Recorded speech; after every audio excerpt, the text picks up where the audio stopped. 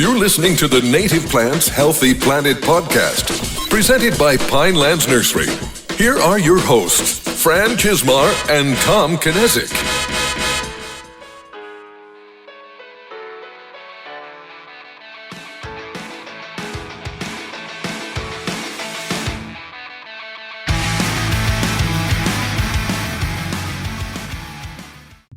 Welcome back to the Native Plants Healthy Planet podcast presented by Pinelands Nursery. I am Fran Chismar. And I'm Tom Kinezic. Welcome to episode, I don't know. I don't know when this episode is going to come out yet. It's either going to be 54 or 56. 54 or 56, so we'll leave it at that. But I do know that yesterday was my birthday, and I'm now the oldest I've ever been. So, No, you're actually older today than you were yesterday. Yeah, and then by the time people are listening, I'll even be older then. Yeah. So. But yeah, one of the things we've really stressed on this podcast a lot is how important native plants are for healthy ecosystems and how we need to make that circle bigger. If we want to make an impact and make the planet healthier overall, we need to get more people interested in native plants and not really hold them that super high standard.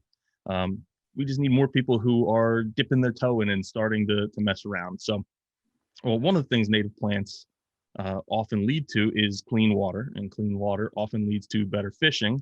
So today we're taking a slight deviation from the plant train and going to talk about some fish. Yeah, so. I'm really excited about that. You know, I love when we deviate from our normal circles, and you need to do that. You know, when we started, we really focused on native plants, and then we realized, you know, a lot of things revolve around native plants, but how important soil is and how important all these issues are. And so many organizations are on different sides of the fences, but we're all working towards the same goal. So I kind of like when we show that other side of the fence that people aren't thinking about. That's where we learn the most. You know, I'm always up for learning more, and it's changed our perspective as we've gone along. So I'm really excited to kind of get this perspective. Yeah, and I'm also really excited, mostly because, Fran, I don't think you know today's guest. You didn't know his name up until a couple minutes ago. You forgot. Well, wait, now he's hearing that. Sorry. But I've quickly become like a really big fan of his, and I've been a fan of the brand he represents for a couple of years now.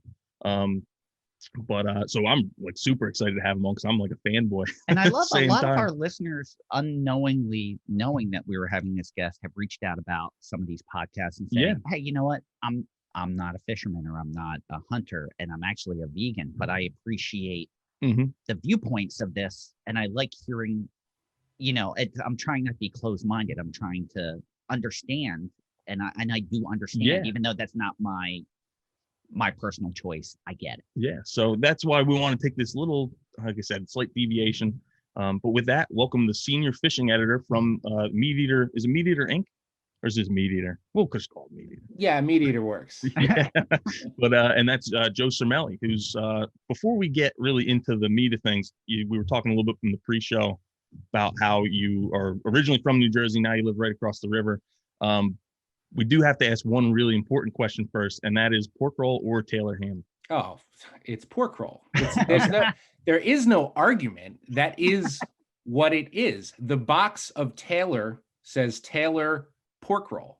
Even that is pork roll. So I guess I'm just far south enough, but as far as I'm concerned, it's absolutely there may be a bias because you said you grew up just outside of Trenton, and I think that's the Mecca. That's where yeah, Trenton pork roll. That's where it was invented. You know. Have you ever been to? I don't even know if it's still there. There used to be a pork roll place in Allentown, New Jersey. Oh yeah. Yeah, I don't even know if that's still there. It is still there. They make their own. I forget the name of the place, but that's like a special treat. You don't get it from the grocery store. If I happen to be out that way and he's open, absolutely. Oh yeah, that was always. Have you had that though? I don't think I have. You have to go there. It's not that far away. Well, yeah, it's pork roll everything around here. So yeah, we can continue now because if you said the other answer, got that out of the way. The all important pork roll. Yeah. But as we mentioned, you're the senior fishing editor for Meat Eater. For those of you, or for those listeners who don't know, why do you love fishing so much that you have a career that's all revolving around fishing? Yeah, I mean, it's a pretty simple answer, actually. I mean, I just grew up doing this. My grandfathers, my dad, I was sort of born into that. In fact, you guys are local, so maybe you even remember Brunswick Sports and Hardware was a tackle shop in Trenton, New Jersey. My grandparents owned that. My Oh, mom wow. grew up there, packing worms after school. So we had a bait and tackle shop in the family. Of course, they sold that. The store stayed open for a long time, but they sold that when I was 3. My grandparents on my dad's side always had a boat down in Barnegat Bay. And really, I mean, that's one of the sort of the struggles that hunting and fishing face now, is that most of the guys who are hardcore about it, they were lucky enough to sort of be born into that and started doing that when they were young. I have a 6 and a 3-year-old. I take them fishing all the time. One of the challenges in these sports is how do you get people that didn't come up that way interested later? And you had mentioned about how you'll have people who might be vegan but are open-minded about hearing other perspectives. Really, Meat Eater has been sort of a champion of that. It was sort of founded on this idea of people not understanding hunting and following the hunt all the way through. It's not just about a trophy, it's about the whole process, which continues right through to the kitchen. So the whole ethos is sort of this conversion of people who maybe did not grow up with this. Yeah. And we've had National Wild Turkey Federation on. We've had QDMA on. What was the other group we had on? Didn't we have? Oh, Ducks Unlimited. Ducks Unlimited. Tom's a hunter. I'm not a hunter, but I'm not opposed to it. Like, I understand and appreciate it. Hunting something. I didn't grow up. I grew up in a suburban area and no one I knew hunted. It was just not something, from what I understand, around here up in the 80s. Your school had the first day of hunting off. That was like a day off. It was, there were gun racks in the back of the trucks and people had that day off. So it's, for me, fishing, I have very fond memories of fishing. My parents had me later in their lives. I wasn't an accident, but they had me they had me later in life, and my father was older and like a grizzled war vet. And one thing that he loved, he wasn't able to be active. He had bad knees, but we did we belonged to, I don't know if you're familiar with the Penn Warner fishing club. That's right. Polytown. Down the street from where I live. Yeah. So we were lifelong members of the Penn Warner Fishing and Hunting Club. And my dad was a lazy fisherman.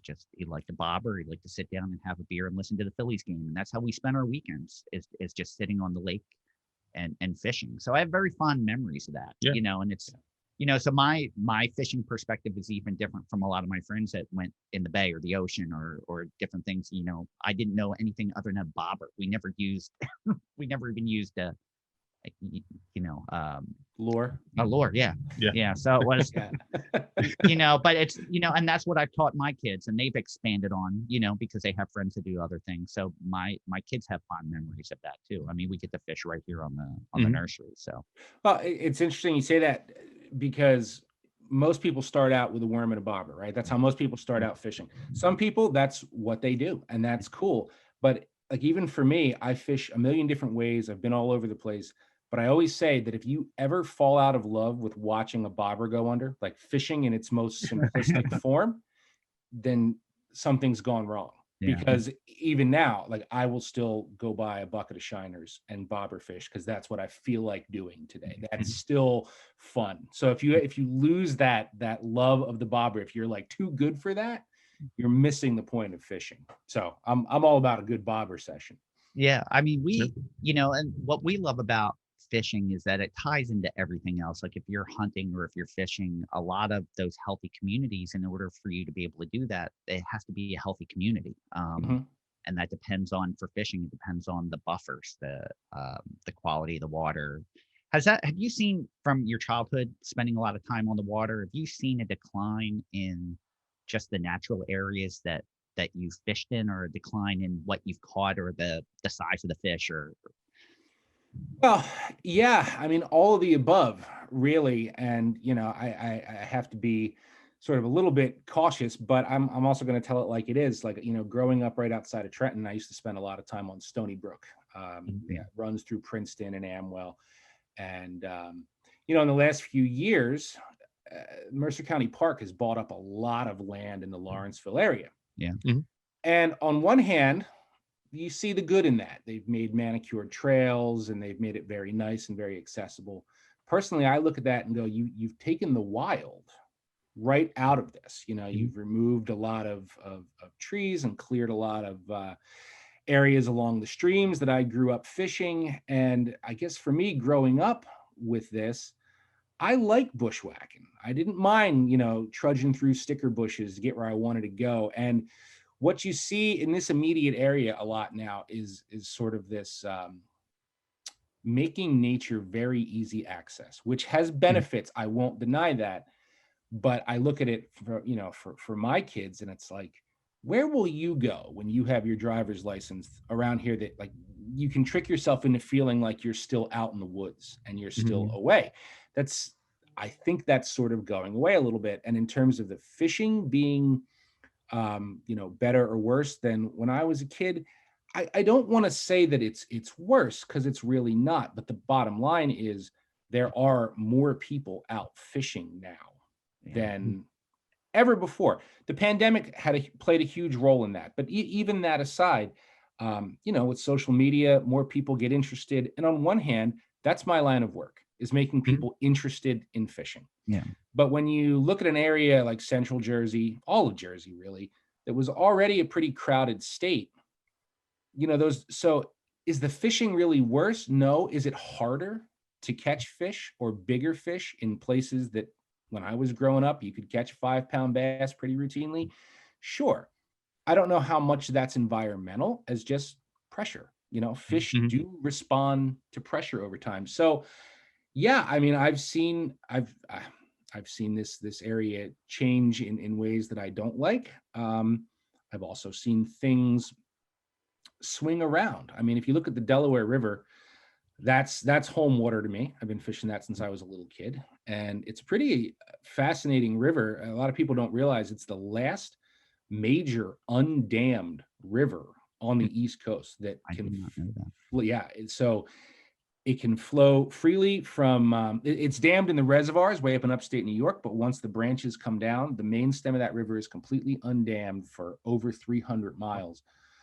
It's cleaner than it's ever been. That had a lot of historical pollution problems around Philadelphia that are way less than they were. So as a kid, I was told not to dip my feet in the Delaware River. Exactly. Yeah. Exactly. And I fish that almost weekly, have my kids out there swimming. So, I mean, that's an example of one that I've seen sort of improve, but that suffers from fishing pressure too. The river is in great shape. Is the fishing as fast and furious all the time as it was when I was a kid? No, it's not. But again, I just think that's a product of more people being out there and being interested in fishing. And places change too that have effects downstream as well, like where Penn Warner is or was, most of it is a landfill now. So a lot of that land was bought and it's a landfill right on the water, which changes it, opens it up. For our listeners that don't know, and I'm going to say this in a simplistic way, and if I'm wrong, please correct me, but like for water, it is really beneficial to have that buffer because the shade cools it down. Like in a healthy stream should be slower moving and more shallow. And I think when you remove that buffer and you open it up, it's hotter, it runs faster, and it's more incised. So you get like a faster moving. Yep. So it changes everything as soon as you start removing the native plants and the native buffer away from it. And that's going to affect everything else downstream. So when that landfill comes in and they wipe everything off the water, that has more effects than just that area. It affects the water quality, the fishing, and what's downstream. Sure. And that's a major issue. That's the entire country. I mean, you look at even some of the streams out in the Rockies out west, cattle rancher comes in, he needs grazing land. So they clear, a huge chunk of river that's now waving out in the open with no buffer. You're absolutely right. I mean, the right kind of stream that can cause the temperature to fluctuate, that can stop, insect life that would normally hatch along the stream and feed fish, and the nitrogen runoff from the farm too, nothing capturing that. I was going to say, fertilizer, that's another huge issue that we deal with here too. Everything is treated, and a lot of the waters in Jersey, they're running through private property. They're running behind homes, and you have to factor that in. you know. Yeah, I mean, when I think of the places that I appreciated fishing as a kid, it was the ones where you couldn't see anyone else fishing. Well, Like, it felt like, that's what everybody wants. yeah, Yeah. that you were there by yourself, like alone in nature and enjoying it. So, and that seems, one thing I didn't even factor in until you mentioned it was just the amount of people fishing. Mhm. I appreciate people are enjoying that natural resource, but you also have to protect and take care of that natural resource. So I know one of the things Tom wanted to ask was some of your favorite places to fish, but I feel like that's something that you may not want to give away. Oh, no. I'm not going to give you directions on the exact stretch, but we were actually looking for like GPS coordinates. So do you guys mean locally or It could broadly? be anywhere. No, broadly, yeah. Well, so one thing that I've always kind of prided myself on. So I've been with Meat Eater for a little over a year, but I was the fishing editor at Field and Stream for 10 years prior to that. And I've gotten to travel. I've just been blessed with that opportunity and never took that for granted. I mean, some of the places I've gotten to fish, if you told me when I was a teenager, you're going to end up in the Amazon and you're going to end up here, I would have been like, you're crazy. There's no way. But I've always really been a fan of home waters, no matter what that means for you or where you live. It's very easy to say, well, I want to go here, I want to go there, I'd love to go there, but I don't fish around here. This stinks. Like there's nothing good around here. And I've always been such a huge proponent of embracing what you have. And I always sort of looked at it like you're the real deal as an angler when you're just as passionate about fishing what you have close to home as you are about making these trips and going to a trophy destination or whatever. So it's funny, people over the years have given me a lot of flack. It's like, oh, you're from Jersey? Like that's the least outdoorsy place in the entire world, Jersey.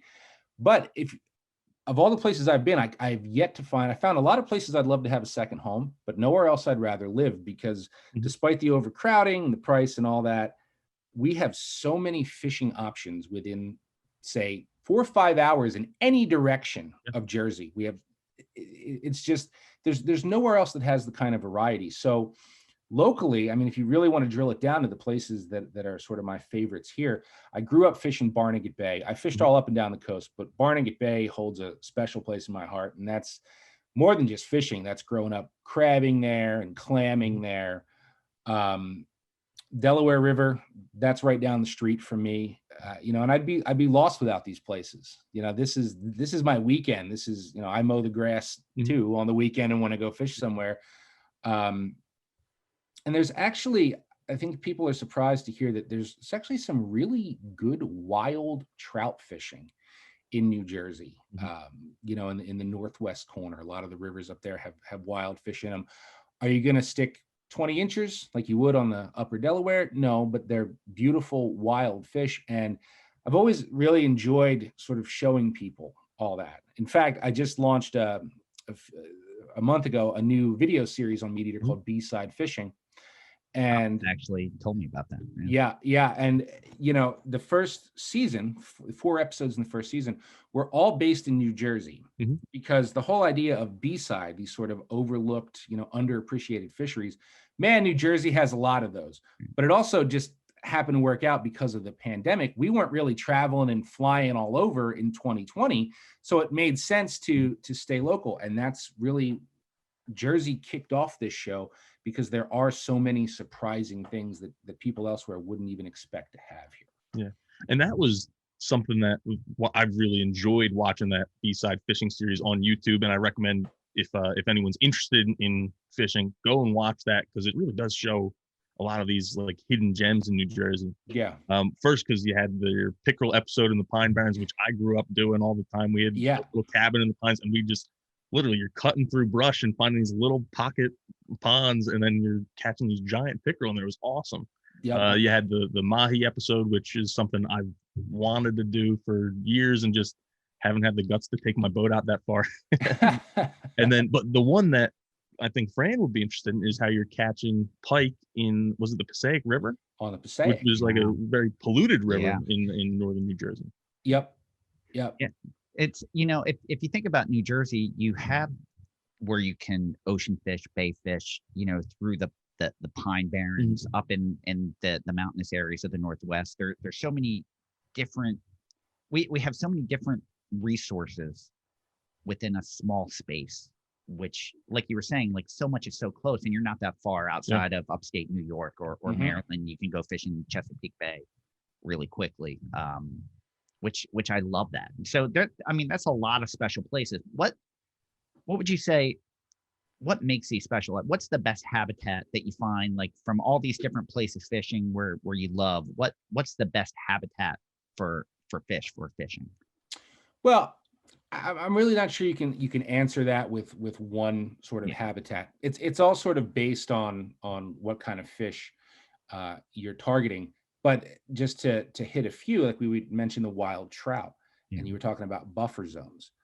Wild trout would not exist in this state without those buffer zones. I mean, a lot of these streams, this is, the upper reaches of the South Branch of the Raritan, Flat Brook. If you look at where they are, they're in areas that are either parkland or state land that has generally been protected and sheltered from any sort of development. Those fish need cold water. And in the summer, our waters warm up. They need that shade. They need that protection. So much restoration goes into trout streams. Like, of all the conservation efforts out there, one of the biggest ones is trout stream restoration to keep wild trout populations in check. And there's been a lot of that here. So that's, trout in particular are very fragile. A lot of other fish, largemouth bass and catfish, they can withstand a lot of torment and a lot of things that, the situation or the habitat is not perfect for them.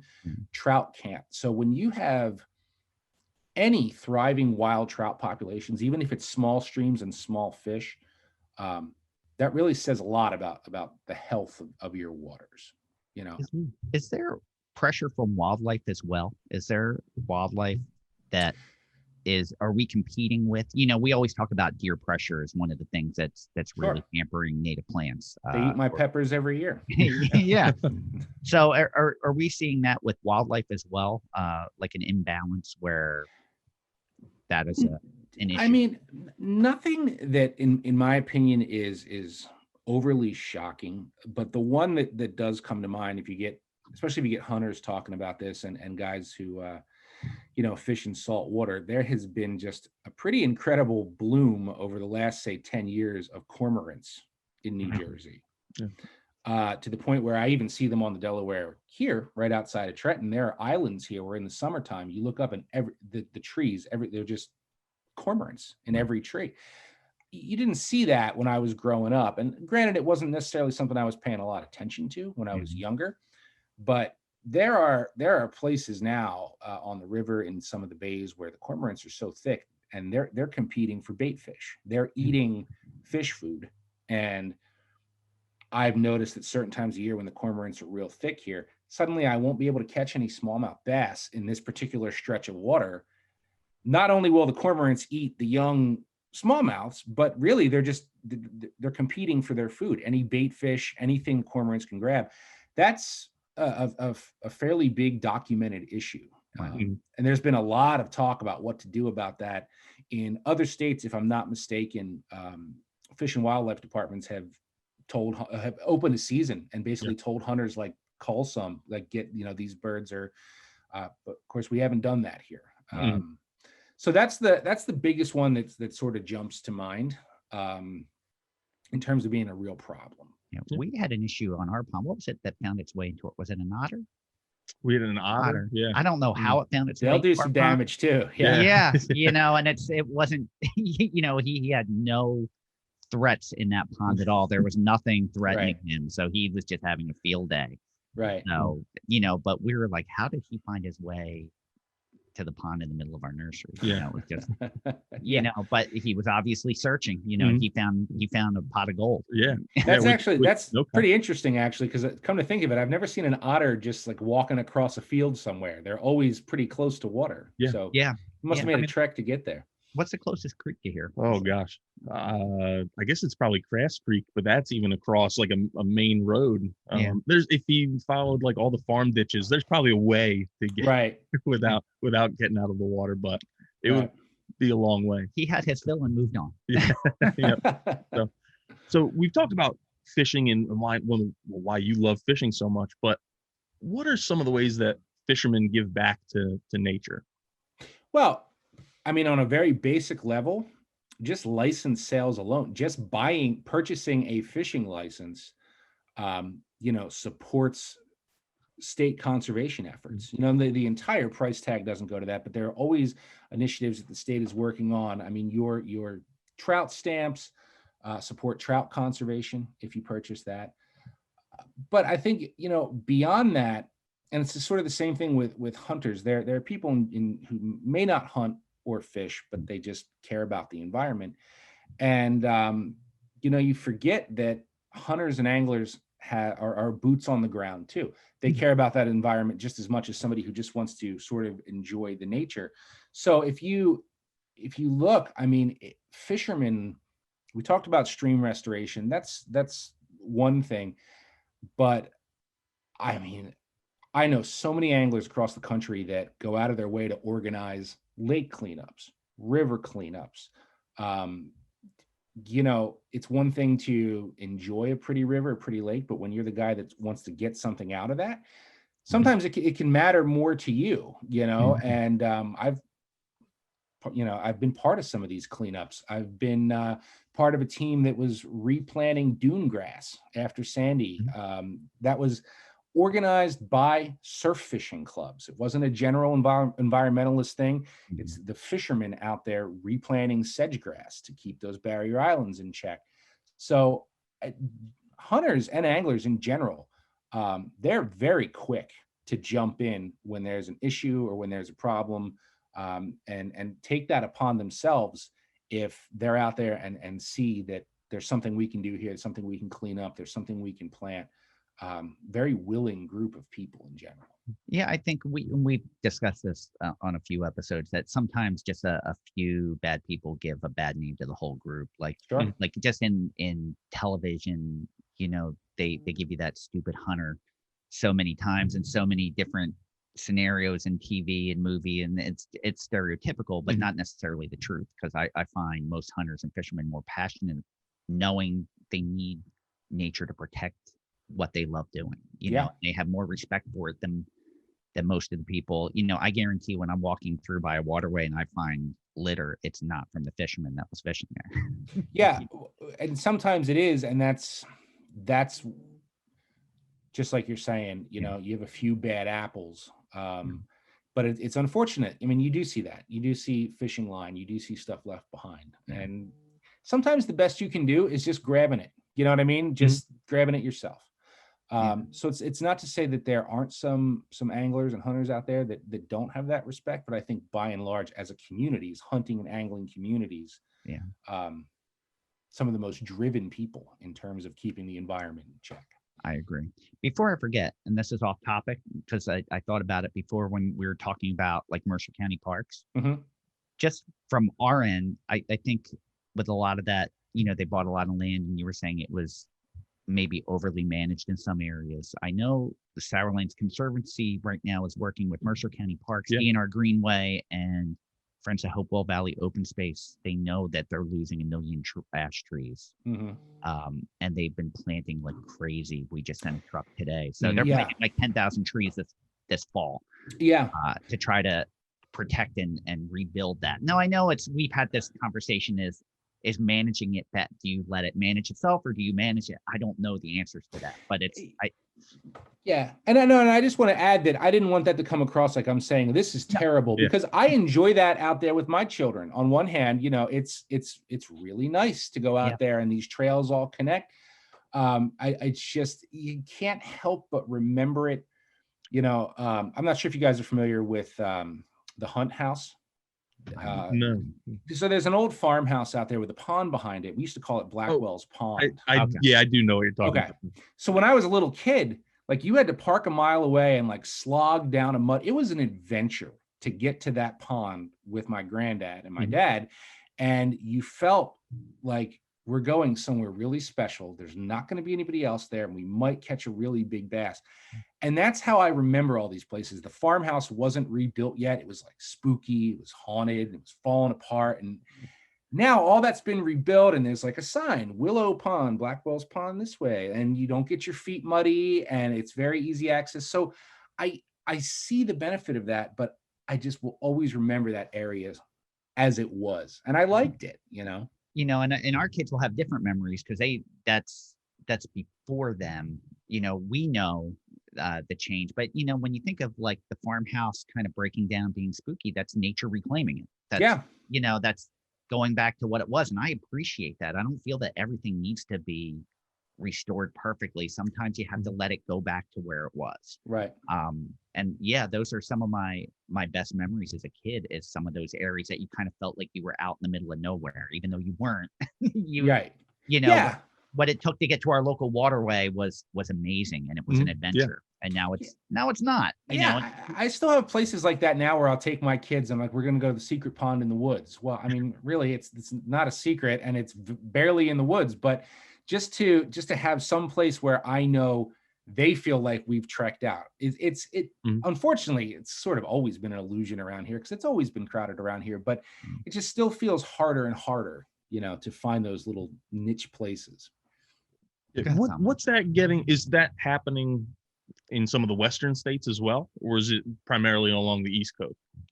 No, I think that's happening everywhere, especially if you look at the uptick in angler numbers in general. Again, some of that's pandemic related, but I mean, if you look at Montana, my colleagues are all in Montana. Meat Eater is based in Bozeman, Montana. I've spent a lot of time fishing out there, and it is the Wild West. But as I understand it, you float the Madison River in season on a Saturday, there's 200 boats on that stretch of river. Wow. So I don't necessarily know about the sort of losing the wild, because there's so much more land out there, but in terms of interest and people gravitating to it, as I understand it from talking to friends, the secret stream that was like locals only 3 years ago, everybody finds everything these days.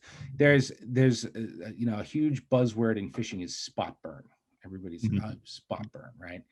My personal opinion of that is it's not worth getting too upset about, because there's just nothing you can do about it. What is the difference if somebody accidentally posts a picture on Instagram and you find it, or you're a resourceful angler and get on Google Maps and go poke around and find something yourself? The end result's the same. It equals another person or another 10 people in the spot. And we have the technology now where if you're resourceful and are really trying to find somewhere that doesn't have the foot traffic of the easy access places, you can find it. I do it all the time. I use those resources to look up new places to drop a kayak or take a walk to all the time. And it's just sort of the norm now. So what are some of the ways that maybe the fishing community can improve? Like, I'm sure even a seasoned fisherman may be apt to make certain mistakes sometimes. Is there like a easy mistake that a lot of people make, or something that as a whole, as a community, there should be more of a focus on for helping? Yeah, that's kind that's of broad. I know it's really broad, and it's kind of a, I'm not really sure, I can sort of relate that more to specific fisheries. Again, like we're having a striped bass right now in the Salt. There's a lot of huge conservation issues on the docket and regulation changes, for this season. I think that if there's a mistake that comes to mind, I think one of the byproducts of so many more people being out there and so many new people being out there, and this hunger to find your own piece of water, believe it or not, as silly as it may seem and simple, there's conflict all the time over simple trespassing. Just you want it so badly that you don't care. And not only do you not care, you're going to go in and you're going to film a YouTube video at this golf course where you're not supposed to be.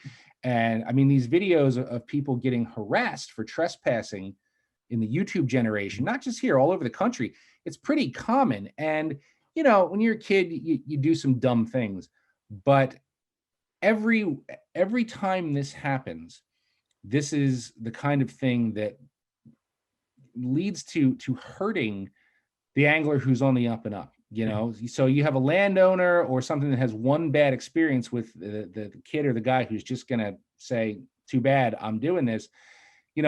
that might have now soured them on the guy who might knock on the door and say, hey, Tom, you hunt, you understand the handshake.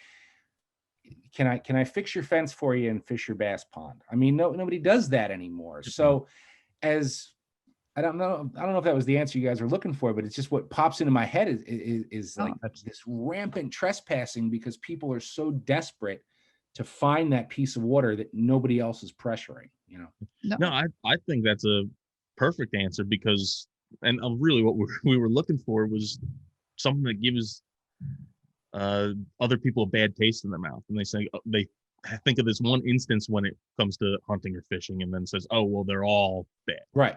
So no, but even though hunting and fishing is a solitary sport, it's a community. Yeah. And I think a lot of that community gets fragmented and segregated. And like you said, like you've given people permission to hunt your property, and you have people that respect it and people that don't. And you try to align yourself with the people who have the same values and are working together for that common goal. You're not, I know you as a hunter, Tom, very respectful, and you're using the meat, you're eating the meat, you're hunting for sustainability. You're not just going out for the kill.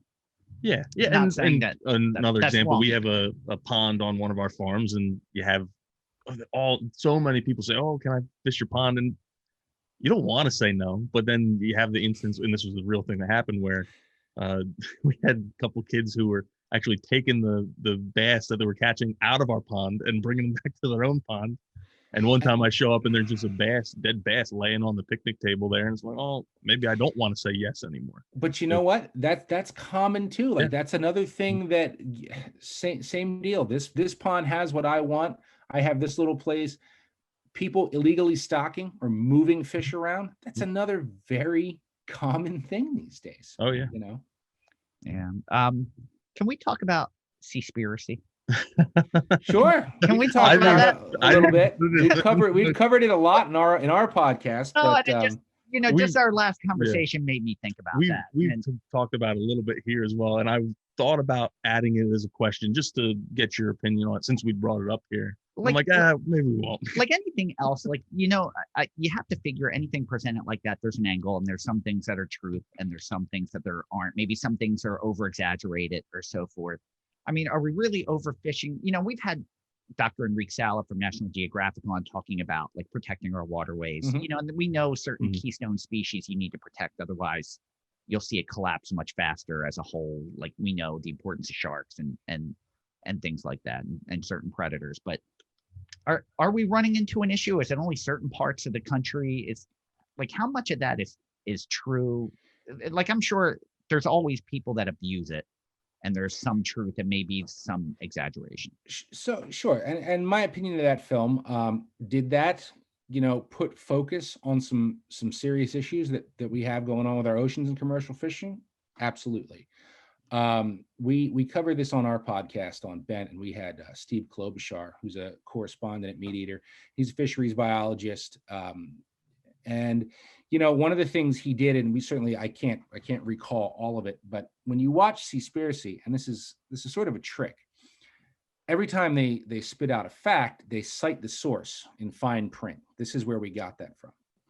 The average person is never going to follow up on that source or look at it and then absorb it as a whole. So what you have to keep in mind is that filmmaker is taking one snippet, one phrase, one fact from, in most cases, what were these giant studies in depth, and using it to his advantage to get the point he wants to make across. And what Steve did was he came in and he's like, let's look at some of this.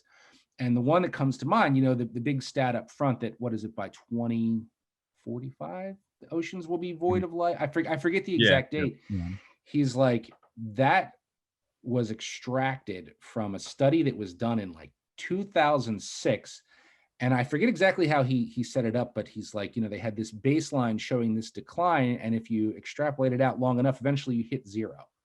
But that particular fact has been disputed and trashed by scientists for years and years and years. So one of the biggest takeaways for Seaspiracy,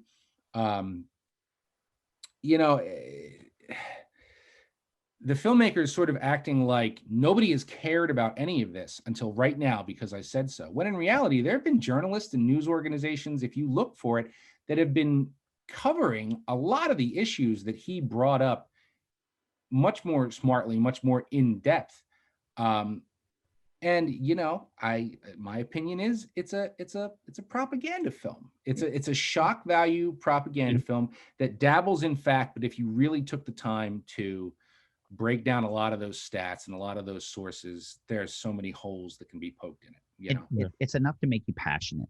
And I had this discussion with a listener. Part of my, that we're talking about science, and he's like, science is science, facts are facts. I'm like, depends on how you present it though. Mm-hmm. Not, you could say you read a report where guns don't kill as many people as you think, but then it's if you're beating them with it instead of shooting it.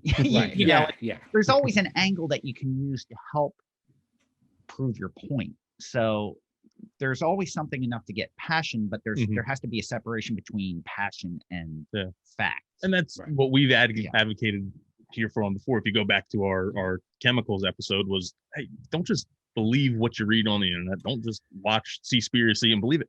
If it invokes that much passion, have the passion to go on Google and look all this stuff exactly up and check it and say, is this actually true?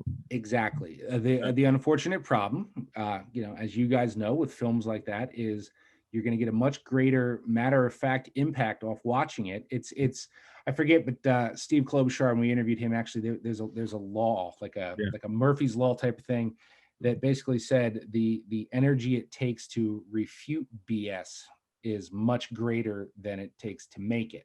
So point being, it's once this is out there, even though there's millions of pages of data and studies to dispute this or make you see it from a different angle, the average person is never going to dive into that. And they're going to take it at face value. And that's what's happening. And that's Brandolini's law. And Brandolini, he's got it. I wasn't able to use it here before he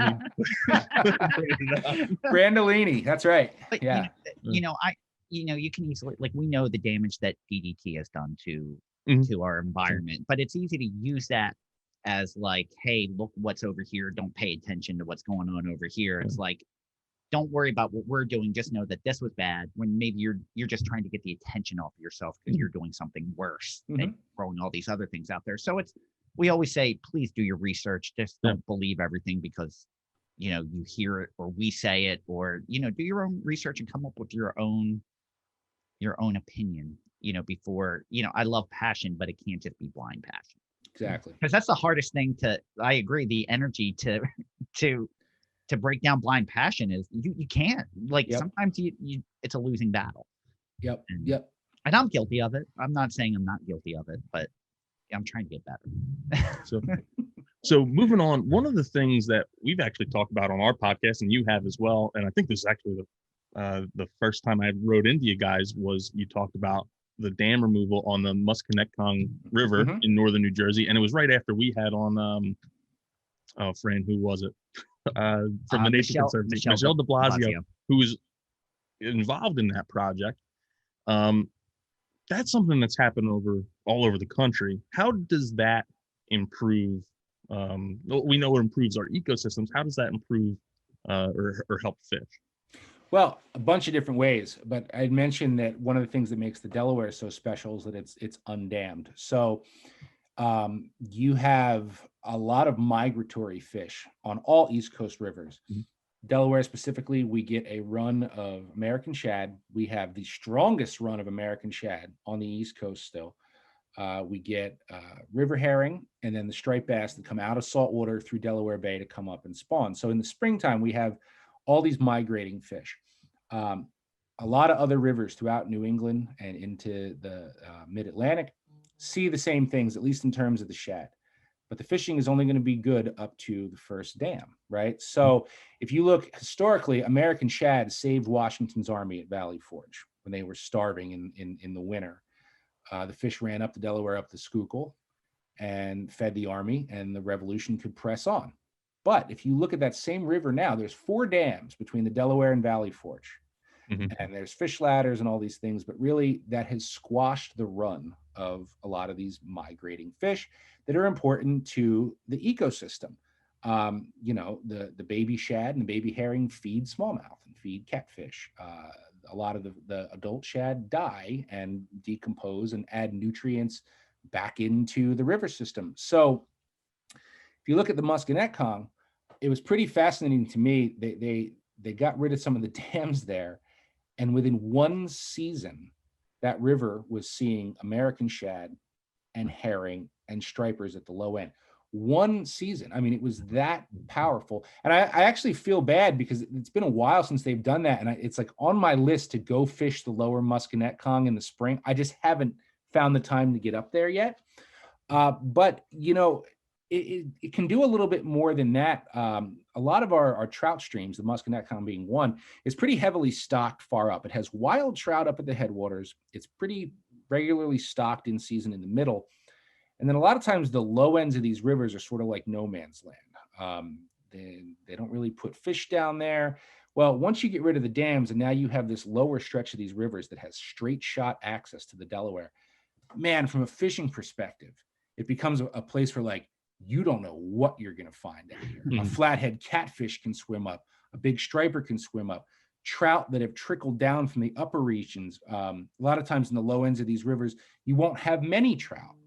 But the ones that post up down there, they're big, and you go hunt for these fish that have sort of maybe even started out, they were stocked, but now they've acclimated and they've spent a few years in these low ends of the rivers.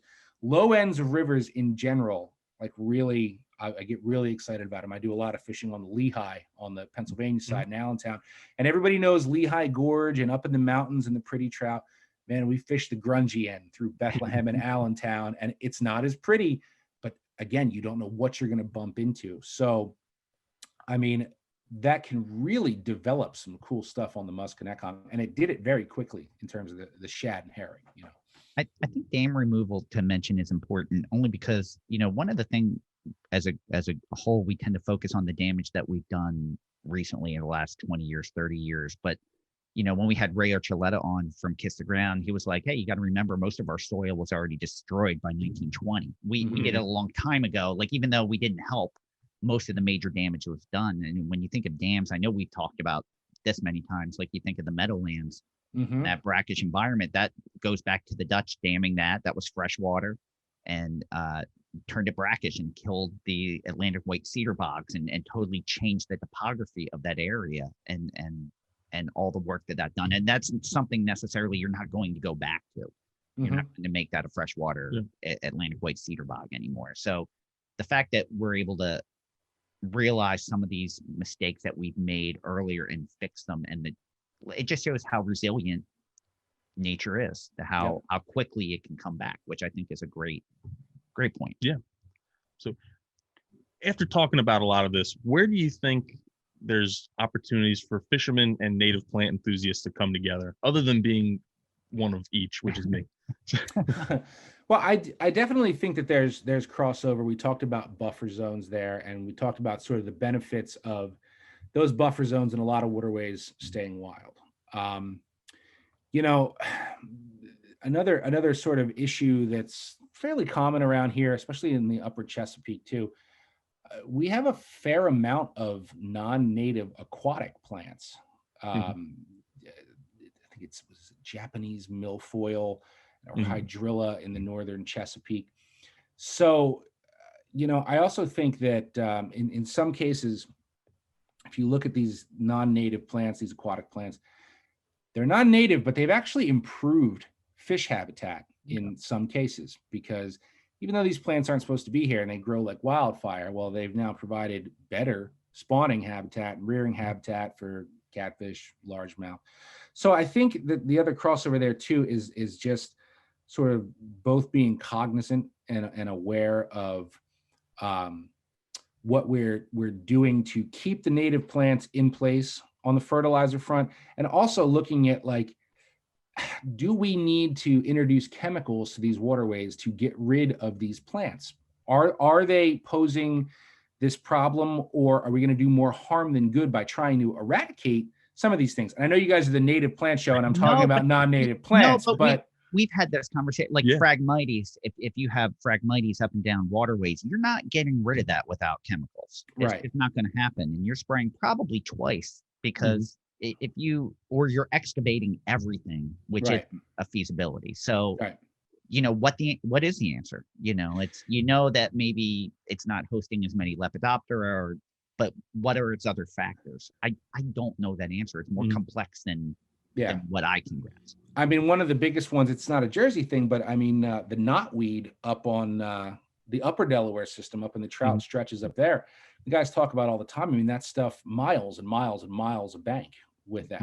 And I certainly, I'm not a plant guy. I don't know the solution to that, but I think about that. Like, how is it even possible to get rid of this and do so in a way that isn't going to negatively affect everything else going on up here? What is the risk reward of a lot of these projects? I'm fascinated by it. Because it makes me wonder if all right, so say knotweed doesn't really host any insects or pollinator. How is that affecting the fish that may prey on flies landing?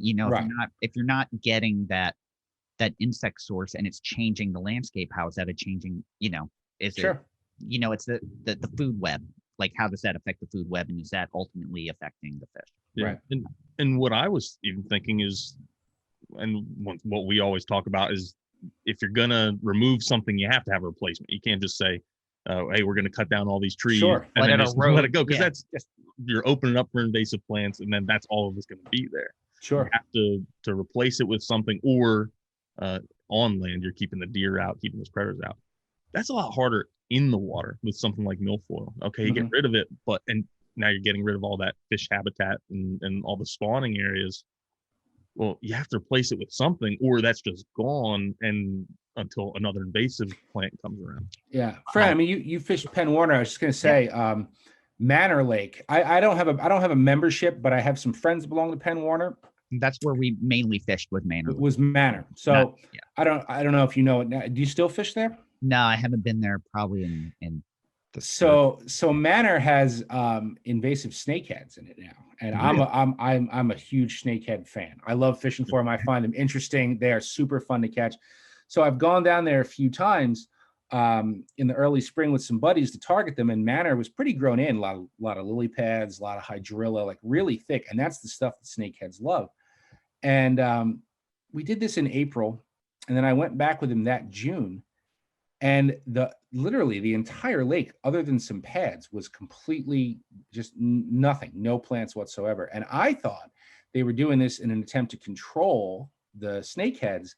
And my buddy is like, no. They just start having tournaments every weekend, starting on Father's Day. And these guys don't want to deal with the hydrilla and all the plants. They just want a clean, clear lake to fish in. And I'm like, this can't be good. Like, you can't just go from these choked in environments, even for the native, the bass and things they put in there, to just, what is it, I forget the chemical, you guys would know, but they just bomb that lake to make it cleaner and clearer and prettier for the weekend tournaments.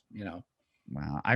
Fishing there as a kid, I remember watching people catch like 46-inch muskies. Now I know they were stocking it, but it was amazing. But still, on that pier in Manor Lake and see someone pull one up from a pier, but one thing that, and I realize and change that most people may not realize either, like as a kid, we would fish Silver Lake in Levittown. And I went back recently and the whole lake is filled in with spatterdock, which is native, but it's filled in. And it wasn't like that as a kid, it was open, but I know enough to know that spatterdock can only live in 3 feet or less of water, which means that lake has filled in right with time through erosion because of impact around it. And it's now taking over that lake. So like the average person may say, oh, this plant's invasive, it's taking over. No, I know that lake now is no deeper than 3 foot. Right. Right. So, and that change, I would imagine that would have to have an effect on the amount of it. Like, it's creating more habitat, more shade. I realize that, but it's got to change the face of what's living in there, I would imagine, because of the depth. It just seems to me like going from those extremes, from fully vegetated to in a couple days with chemical treatment, just can't be good. Can't be good. Yeah. Plus the chemicals, plus the difference in temperature. I would imagine the water temperature alone has got to be massively different. Yep. So, it's One of the questions, and you may not know this, I was just thinking with dam removal, a lot of those dams in Pennsylvania, the streams had been changed for the farmers wanted to make it more accessible. Yeah. So they So changed straighten them and yep. I don't know if that has an effect, how that affects fish when you change the geomorphography of that water. It certainly affects them, and I don't have any specific examples, but I know like if you look at the limestone belt, like a map of where central PA, the limestone belt kind of jogs just west of us, closer to Harrisburg, and there's a lot of limestone spring creeks out there, which is limestone spring creeks are some of the best wild trout water in the whole country. If you have a limestone spring creek, it's usually pretty good. And a lot of those ran through like Lancaster, like through a lot of the Amish farms down there. And they were dammed and they were straightened because they needed it to be that way for livestock or whatever it was. And there's no wild trout in those anymore. I mean, a lot of these were small streams that were marginal anyway, but twists and turns create depth variant. They create shade, they move water and aerate water differently. I mean, you need churn in a trout stream in particular to aerate that water. So anytime you take something and make it perfectly straight, it will have some kind of impact. It's just, it's not natural. And I know they were saying in one of the studies I saw that as they moved the streams back, like even though the field was being used for agriculture, when the stream went back to where it was traditionally, the seed bank was still there and the native plants came right back up. Things Sure. we hadn't seen in 100 years pop Sure. back up. So it's just shows how resilient everything can be. Do you think we're on the upswing? Are you seeing a huge difference in, I know there's always a talk like, is it declining? Are we overfishing? Are we making it worse? But are we at the point with the amount of attention and focus that we're starting to see a change where it's coming back? That the water quality is getting better, that the fishing's getting better, or do we still have a long way to go? I think generally speaking, I think water quality is getting better, and it's a fine line because there is so much awareness now about environmental issues and the climate change and everything. And I think at its core, that's a good thing, as long as it doesn't translate into less access or changed access or too many rule changes or stopping people in sort of any facet of nature, whether it's hiking, fishing, hunting, from being able to enjoy that.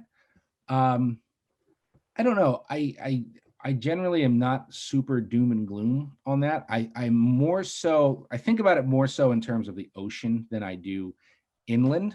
How many more hurricanes are we going to get because temperatures are rising, things like that. I think of it more in terms of weather. But, in our immediate area, you talk about the Pine Barrens, that's incredibly clean water. I mean, what a cool system that is, the way it filters itself through the sand. Yeah. I mean, even the Passaic, we shot the video on the Passaic. Yeah, it's true. It is one of the most polluted rivers. But even that, if you break it down, it's really from Patterson Falls down through Newark, where all the industry is. The upper has its problems, but there are organizations that, even though it's sort of like, doesn't get a lot of attention, there are groups that are doing things to try and clean up the Passaic. There are guys who run garbage scows with traps that just go out there and just collect things off the surface. So, I mean, if we sort of fail in getting things back to where they need to be or on the right track, it won't be for lack of awareness, because I mean, everybody nowadays has something, it seems like, that they're passionate about, whether it's saving one particular stream or one particular park or planting more trees here. It's just so much more in your face now. And I don't think that's a bad thing. No, and it's the awareness that how important soil is, and you need the native plants, and they capture all the sun's energy and feed most of the food web, and we can't survive without the rest of that food web. It's all parts. You need all of it. You can't focus on one aspect. So it's nice to know the awareness of not just the plants, but the fish and everything a part of it. It's just different groups that some are working together, some aren't. And we're trying to bring the light of an aspect that people may not be aware of. It's a lot of people are very passionate about, not fishing and not harming any wildlife, but we're all working together for that same goal, and you need each other to do it. Yeah. And that was, I guess, some of the motivation here was, even I get it. We put up a YouTube video and me, and I was basically in the woods, and I'm saying, hey, look at the Cornus Florida, look at the black call that's blooming. This is really amazing. Hey, also pay attention. We have some invasive plants that are popping up. See how there's nothing growing from my shins to my shoulders. That's because all the deer overpressure. But I'd been turkey hunting that morning, and I just made a short mention of it in the morning. The only comment we got was, "I'm unsubscribing because you're killing wildlife."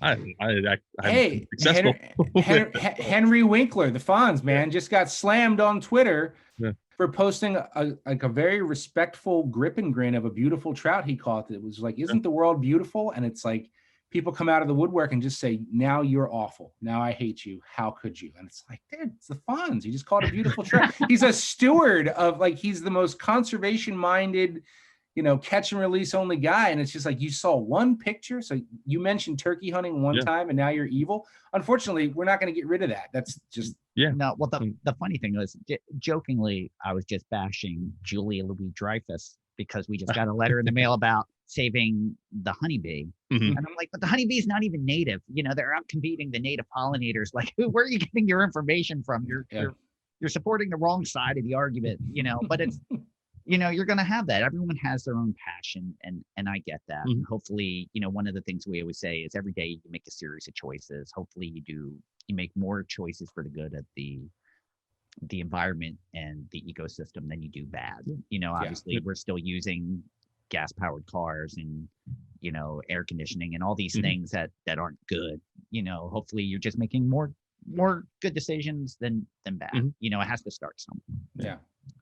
So, starting to wrap up here, can you tell us a little bit for some of our younger listeners who might want to do something like you're doing? How did you get into the industry, and then how'd you get affiliated with Meat Eater? And I guess I'm combining two questions. A little bit about what they're trying to do by raising awareness to hunting and fishing. Sure. And I'll try and keep it brief because it's kind of a long story.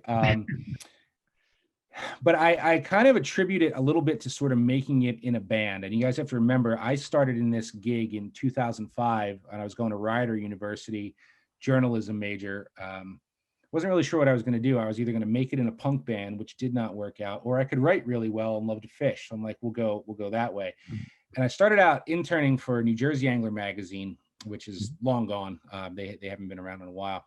And I say it's like being in a band because a lot of how I got here was just good timing, was meeting the right people at exactly the right time, the right point, getting my work in front of a few people. I ended up with Saltwater Sportsman in New York City my senior year as an intern, and they hired me right out of school. That was from the portfolio I built covering local Jersey tournaments for New Jersey Angler. And I worked there for a few years right out of school. I was commuting to New York every day. And Field and Stream was a sister publication. And when the company got sold, they moved Saltwater Sportsman to Florida, and I took a web gig at Field and Stream. Did that for a little bit, but my real goal there was to become the fishing editor and just sort of worked really hard at that, proved myself, and lo and behold, John Merwin, the legendary fishing editor, retired.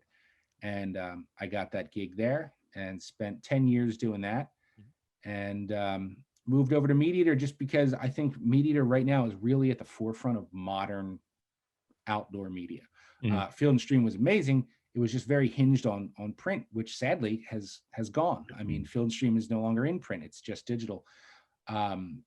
But really attracted to Meat Eater because, for one thing, they put so much focus on personality driven media. They are, they recognize what their players sort of bring to the table with their own personalities and styles, and know how to promote that, which is something I really wanted to do. And in terms of conservation, I mean, conservation is one of the pillars of the business. It is a core piece of Meat Eater. And, we're, I think, pretty cautious with what stories and conservation angles we cover, because a lot of people out there have causes these days too. A lot of people are very aware of environmental issues, but everybody has a cause. And one way I think sometimes you can get in trouble is if you jump on too many causes or tell too many people, here's this cause and this one and this one and this one, it can get really diluted, So we're pretty strategic with what we sort of get behind. We do a lot of vetting to make sure, like, yes, this is a project, this is an initiative, this is something that we really want to use our position to get in front of more people. But I mean, conservation is at the core of everything that Meat Eater does, you know. For the longest time, I thought I was going to be a music journalist. That didn't really pan out. I wanted to do recording technology, and I got a few college interviews, and I was just a punk kid playing chugga chugga music, and they were like, okay, here's the sheet music. Can you play that? I'm like, ooh, no. And I realized they don't want a bunch of chugga chugga metal kids in their recording program. You actually have to be a musician. So I'm like, we're going to go journalism. But I get hit up by kids all the time, and I'm always happy to answer them, you know, and always happy to read their work and advise where I can. The one thing though is I was the last generation that got in before social media. Like I was the last, like that timing, there was still just a small group of people, generally speaking, in outdoor media at the time. And you had to work your way in and meet the right people. So kids are like, how do I get there? I'm like, man, I wish I could answer that. Because these days, unfortunately, you're not competing with the people who are already there. You're competing with everybody with a YouTube channel, everybody with an Instagram account. So in the relatively short amount of time I've been doing this, it was like we went from horse-drawn carriage to cars. Like the landscape has changed so drastically since 2005 that it can almost be a little hard to advise, you know? Yeah. I know some of it's luck, but you have to be good at it. Yeah. You also do have to be good at it. Yeah. And you have to work your butt off and, you know, have the drive, a little bit of luck. Yeah. There's a ton of podcasts. Like you said, everyone has a YouTube channel or a podcast, but you have to be, I think the art of just communication has taken a hit since that has started. And it absolutely has. You know, I've complained that a lot of people don't know how to have a phone conversation. They don't know how, because they can do all this. They can be introverted and they can do it from the safety of their own home without really interacting with anyone. Sure. But the best part is if you're good at interacting. Yeah. You know, like I feel fortunate Tom and I have a really good rapport and it makes it fun, you know, and when we can do that. This has been a blast. I've been on a ton of podcasts and sometimes it's like, dude, you can ask me, like, do you have a question or like, where are we going? This is great. Like this is like really refreshing and fun. You guys are awesome. We appreciate that. So we just to tie it up, I know we're trying to end it up. What are some of the ways our listeners can get involved if they want to make a difference, whether they're a fisherman or a native plant enthusiast? What are some of the best ways that you know of or organizations or things that they can do to help? Sure. Well, you know, it's actually, so we just talked about how social media is a problem, but it's also been a blessing in terms of groups. And there are a ton of them out there. And nowadays, you don't even have to go to sort of like your national groups anymore, or like state groups. There are just so many local groups that get together just to voluntarily manage this area, this piece of water, you know, Friends of the Upper Delaware River, Friends of Ken Lockwood Gorge. You know, so it's, in a way, it's easier, especially if you want to really feel like you're making a difference in your own community. It's not that difficult now through social media to find people that care about what is in your own backyard, which I think motivates more people than, say, you know, going and planting sedge grass or whatever in this area that's far from home. A lot of these river cleanups have been so successful because it's like, yeah, that's this piece of river in my own backyard. I'm going to be more likely to help out where I fish or where I walk or where I hike than taking the drive up here. And that's kind of one of the good byproducts of this level of awareness, is that there are so many more ways to get involved maybe than there were, you know, 20 years ago. Yeah. They're at least easier to find. You know what, that's a good point. You know, we always try to promote, you know, if everyone planted 3 native plants in their own yard. If you see a bird that you've never seen before because of a plant you planted, or you get to eat a berry that you've never harvested yourself because you did that, it's going to make more of an impact for you to hopefully do more. You have to start somewhere and start small. So hopefully you could do something that makes an impact and inspires you to do more over time. You know, you can only do so much. Yeah. Not everyone's going to do everything. You can't. Like I, you know, for as much as we do, I'm not involved with a lot of things outside of work. You know, because sometimes you need to take, like, it's got to be hard for you loving fishing, doing it for a living. At some point, it's got to take a toll on fishing. Has it killed it for you at all, or it's still no? And that's I've always told myself that's going to be a tell when the time comes when I'm so tired or jaded that I don't want to fish in my free time anymore. Then I know you need to walk away from this industry. You know, and it's a stressful industry. It's tough. It gets more and more stressful all the time with so many more YouTubers and things coming at you. But one thing I'll also mention, I think it's important to help out where you can, right? At the same time, I've met a lot of people throughout my career that were so embedded in the conservation culture, so worried about fighting for this or fixing that too can sometimes shade or overshadow the original reason why you cared, which is because you loved fishing. I mean, I have fished with guys, great guys, and good on them. You know, they're at every meeting. Their life is devoted to fighting or changing. But then you get them on the boat, and sometimes they can be kind of a downer. You know, you catch a big fish, it's like, well, you would have caught a lot more if they didn't change regular. I'm like, dude, can't you just like be excited that you just caught that? So you got to watch there. I think it's good to be involved and know what's going on, especially on a local level, and help out. But you also have to be careful not to spend too much time fighting and therefore just forgetting how to enjoy what it is you're fighting for, you know? You know, there was I'm not going to say who it was or what group, but there was a comment left in a group about podcasts that Tom and I follow. And it's just I felt like at some point you have to celebrate what you enjoy. Yeah. And leave it at that instead of, destroying everything that you dislike. Yeah. And there was no joy or celebration in this comment. It was everything he disliked about all these other podcasts and what's wrong with them, instead of just really promoting what he loved about the one podcast he loved. Yeah. Like, enjoy that, celebrate it. Like, otherwise, why are you doing this? Why are we even having the conversation? Yeah. That's and do the river cleanup, but at some point, don't clean anything up today and fish the river you helped clean up. That's what got you into this. You know, it's important to maintain that. Yeah. It's I know this past weekend, my fiance and I just took a moment. We put a blanket down in the backyard, just sat under the trees and listened to birds for like an hour. Just enjoyed it. Like, otherwise, why does it matter if you're not gonna at least appreciate or enjoy it? Exactly. So you have, I know there's a story you want to ask about.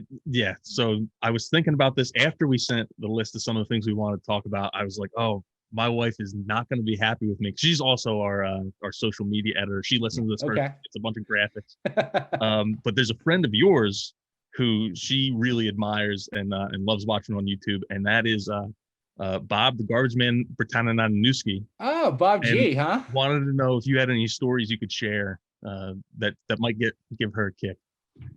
Man, Bob G stories. I'm trying to think of how to do that tactfully, because am I like ruining Santa Claus if I just remind everyone that Bob is fictional? Your wife knows. Oh, that. No. Yeah, she knows. Yeah. Okay. All right, because there are people who do not know that Bob is fictional, which is great, but we have a we have a friend too. We have a friend too. Maybe embellished. Yes. Well, I'm trying to think of it's not a Bob G story per se. However, we were offered the opportunity to have a free table at the Asbury Park Surf Fishing Club a few years ago when the Bob G thing first came out. And our big idea was to have Bob there at an empty table with a box full of cheap Chinese-made lures. And what he would do, for $5, he would smash one and put it in a Glad bag, and then you would take home a plug that was smashed by Bob the garbage man. So those are a lot of fun to make. But I'll give you one more real quick, because your wife will really appreciate this one. So last time Bob was up here, last fall, we decided we wanted to do a little boots on the ground PR for Bob. And we went to every tackle shop in Atlantic City, and he would just jump out of the truck, kick the door in, and either go, "Hey, where's Andy?" And of course, these guys would be like, "What? Who's Andy?" And be like, tell them I'm looking for him, and slam the door and walk out. So to the point where people were like, weren't sure if they just saw what they saw. Like they were like, wait, what's that? And then my favorite one, he kicked the door open and one goes, hey, you got fresh bunker? The guy's like, yeah. Well, how fresh is it? I got it this morning. That's too fresh. Just slams the door and walks out. So we did, like, there was no video, there was nothing. It was just like on the ground, grassroots guerrilla PR. That's awesome. So I'll also add, my wife isn't a fisherman or fisherwoman. But she watched that video with me, the first one that came out, and then just loved it. And then she actually asked me, "Oh, what does he mean when he says chunking?" So Bob frequently makes appearances on the Bent podcast, and there's also a handful of new instructional videos out there from Bob. Oh. I don't know if you've seen those. I haven't, so I'll have to look them up. And yeah, there's some new stuff out there. So the way we kind of always end this, we end this two ways. We have a final question that we're going to make it a two-part for you. We always ask our guests what their favorite native plant is, but I have an answer for that. I prepared for that one. All right, awesome. And we're also going to ask what your favorite species of fish to fish for is. Sure. And then we kind of give everyone a final thought. And, so we're going to start off with, I can't wait to hear what your favorite native plant is. I hope I'll preface this by saying, man, I hope it's a native plant, or else I'm going to look really dumb. But we have only had one time. Not only did the person not list a native plant, they gave an invasive. Okay. Fortunately, the person gave us two, and we edited it out. Okay, So, I'm gonna take a shot. I'm gonna say my favorite native plant is mayapple. Is that a native plant? Yeah, that is. Okay. That's a wonderful plant. Here's why. So I'm not much of a plant guy, but I do get into wild mushrooms. I'm a wild mushroom freak. All right. And I do great in the fall with hen of the woods and chicken of the woods and lion's mane. For the last 5 years, morels have been my bane.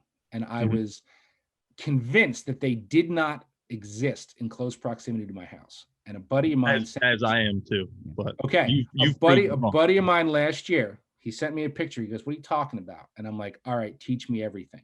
And he slowly let me in. And long story short, this year I actually got on it and found morels with him, found morels in my own spots. And really the trick to that is knowing your plants more than your mushrooms. And the magic sauce, Tom, you'll appreciate this. It had to be poplar trees with mayapple growing around it. Right. That was the secret formula. So every time I'd go out in the woods scouting this out, like hoping to hit the pot of gold, I'd be like, "Oh, it's the right tree, no mayapple. Mayapple, but no tree." So I'm like just locked into mayapple and poplar, and that was the secret sauce. I'm going to give you some spots I know. I wrote it down because my brother went to Ohio State, and he's obsessed with morels just because he could find them all over the place. Yeah. And he's now back in New Jersey. Can't find him anywhere. He's found like a handful here or there. And like we were even at a golf outing the other day. And he's like spent more time in the woods trying to find morels. Oh, that looks like it'll be a good spot. I'm no expert because like I said, I just found my first ones this year. But people have been hitting me up like crazy. They're like, "Dude, no way. I've been looking for morels in Jersey and Eastern PA my whole life. Can't find them." You don't give your spots away. But man, that was the common denominator. Poplar, mayapple. I'll have to ask my fiance Agatha and her mom are from Poland, and she grew up on a farm in southern Poland, and she went for mushrooms in their forest every day. Yep. So, and I know her mother still forages, and she finds a lot of hers in Camden. So I'm curious. I will say that it was surprising because they're these morels are this mythic thing. It's like you have to go on a vision quest 18 miles into the woods before now they're like behind a school. Like once somebody lets you in and showed you what to look for, you spend more time looking up than looking down. And once somebody just like gave you that little taste of like, here's what you need to keep an eye out for, I started I'd go out and I couldn't not find them. Wow. Now, I didn't find huge ones or 100 pounds, but I found a bunch this year. So I'm proud. I have some spots for you. Yeah. I know exactly. As soon as you said it, I was like, I know exactly. We're over now, Tom. They're done. Yeah. But so, what is your favorite fish to fish for? Well, what's your favorite type of fishing? So, I have to give you two because I play in salt and freshwater. Freshwater, it's absolutely wild brown trout. I am just in love with wild brown trout. Spend a lot of time chasing those. They're big, mean, aggressive fish. I do a lot of streamer fishing, throwing big flies and big lures. and striped bass is my favorite saltwater fish. I actually have a tattoo of Jersey on my leg with a striper and a brown trout crossing over the top of it. Awesome. So even though I fish for a ton of stuff, and there's a lot of other fish that I'm head over heels for, if I really had to pare it down to my two sort of hometown favorites that I'll never get tired of, it's big wild brown trout and striped bass. I love fishing for striped bass. Mhm. Yep. Yep. So we do end with a final thought, and what we do is we each take a moment and we give you the floor for a minute or two. You can use it however you want. You can bring up something we haven't talked about. You can summarize. You can promote something. We just give you the floor for a minute and let you go. So it's all yours. Yeah. So this is the hardest part of the whole podcast. But I will say, and I've sort of hinted at this, I truly mean that it's been really fun to be on with you guys, because I rarely say no to a podcast because I'm a podcaster myself. So I know the struggles of lining up guests and keeping timing. So if somebody reaches out, I'm always happy to help. And this is the first one I've been on that was not fishing centric. Mhm. And I love going on fishing podcasts, Yeah. but it's often the same. What is your favorite streamer? So this was so refreshing. And I really, truly do appreciate what you guys are doing in terms of bringing your audience that's plant focused and sort of framing things from a different angle, from a different facet of the outdoors. Yeah. So this is really been a ton of fun. And if there's anybody out there that I've possibly converted to want more fishy stuff, I got to plug Bent is Meat Eaters Fishing Podcast that launches every Friday. And check out B-Side Fishing, especially Jersey people, because I hope that I painted Jersey in a light that it's not often painted in with that series, and allow people to see where we live differently. And I'm shooting the next season of that now. That'll be out later this year. So Awesome. Yeah, Thank fantastic. you. Tom, do you want to go or do you want me to go? I'll let you go first. All right. So I want to say thank you for the kind words.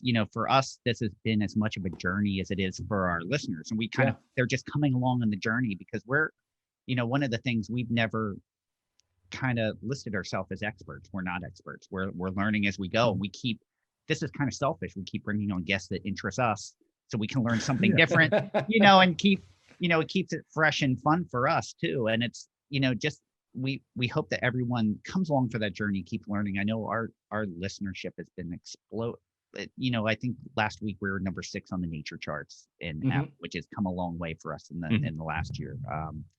And we just keep having fun, and I hope it continues to be fun. Like I haven't grown yet at having to record one of these, so I hope that that doesn't happen.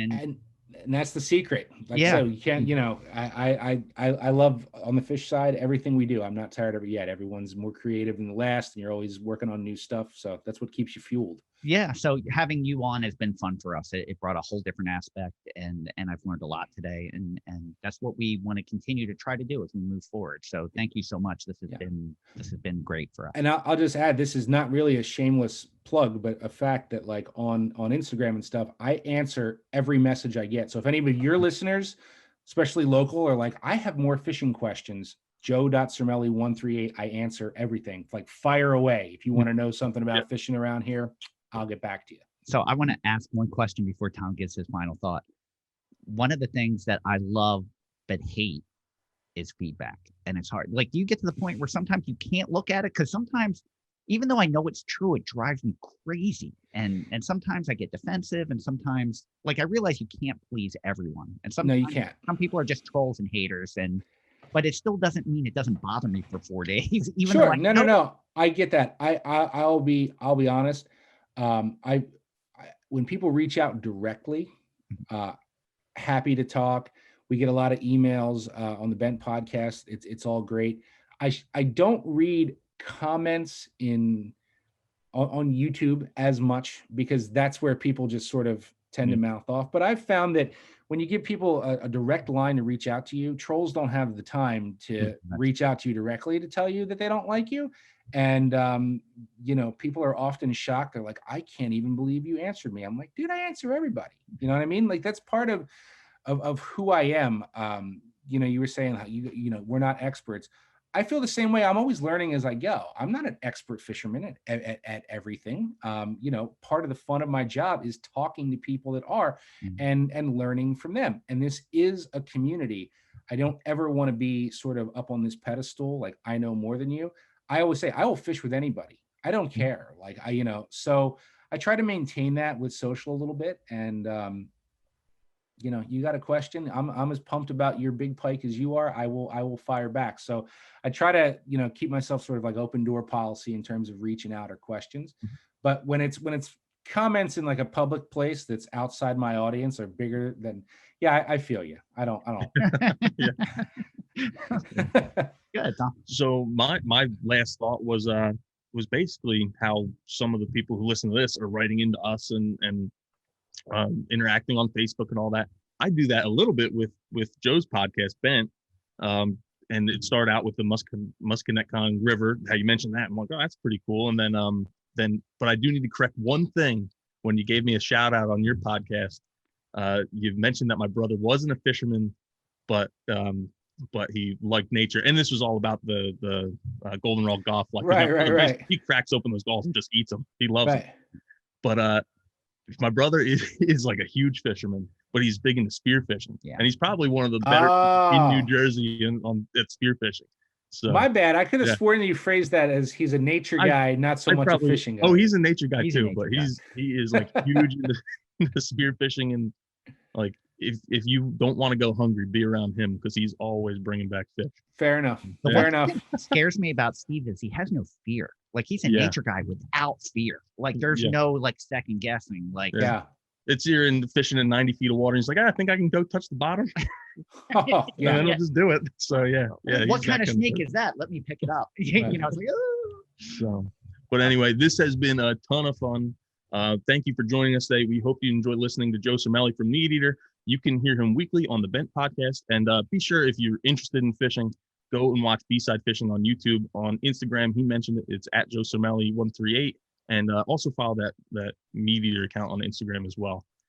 Thank you, everyone, for listening to Native Plants, Healthy Planet, presented by Pinelands Nursery. We're going to give a huge thank you and shout out to the Egocentric Classic Men for contributing our theme music. Things are opening back up. Live music is starting again this fall. So once it does, we're going to post a couple of their dates if you like their music and you want to go see them live in Philadelphia. You can follow us on Twitter at Pineland Nursery, Facebook at Pinelands Nursery NJ, Instagram at Pinelands Nursery or Native Plants _Healthy Planet, and YouTube at Pinelands Nursery. We have our question and comment line. Call us at 215-346-6189. I will repeat that, 215-346-6189. Ask a question, leave a comment. If we pick your question or comment, and we will because we play all of them, we'll play it on a future episode of The Buzz, and we will answer it there. And let's not forget about the Native Plants Healthy Planet Facebook group. I think we picked up like 50 new members this weekend. So it's been a lot of new interaction, a lot of new people. So proud of everyone, how tolerant and helpful they have been. So please make sure you keep that going over there. Yeah, you can listen to Native Plants Healthy Planet directly at www.nativeplantshealthyplanet.com. You can also check us out on Apple Podcasts, Podbean, Spotify, Stitcher, really wherever you consume your podcast. You can even ask Alexa to play it. When you're there, the biggest thing you can do to help us is leave a 5-star review and hit subscribe. That goes a long, long way. Even if it's backhanded and tell me that I'm a bad interviewer, I'm okay with that. But with that, thank you again, everyone. I'm Tom. And I am Fran. Thank you again, everyone. It's been a pleasure. Thank you for joining us today. We'll have another episode for you next week, so make sure you tune in. Until then, I'm not sure what it is because we don't know when this one's airing. But it'll be a buzz regardless. It will be a buzz. And I meant to say, if you enjoy our buzz episodes, then you'll enjoy fishing. You're gonna like the Ben podcast because that's actually we're very stylistically similar, and we may have taken a couple ideas there. Yeah, possibly. So thank you for listening, everyone. We'll see you next time. Until then, keep it native.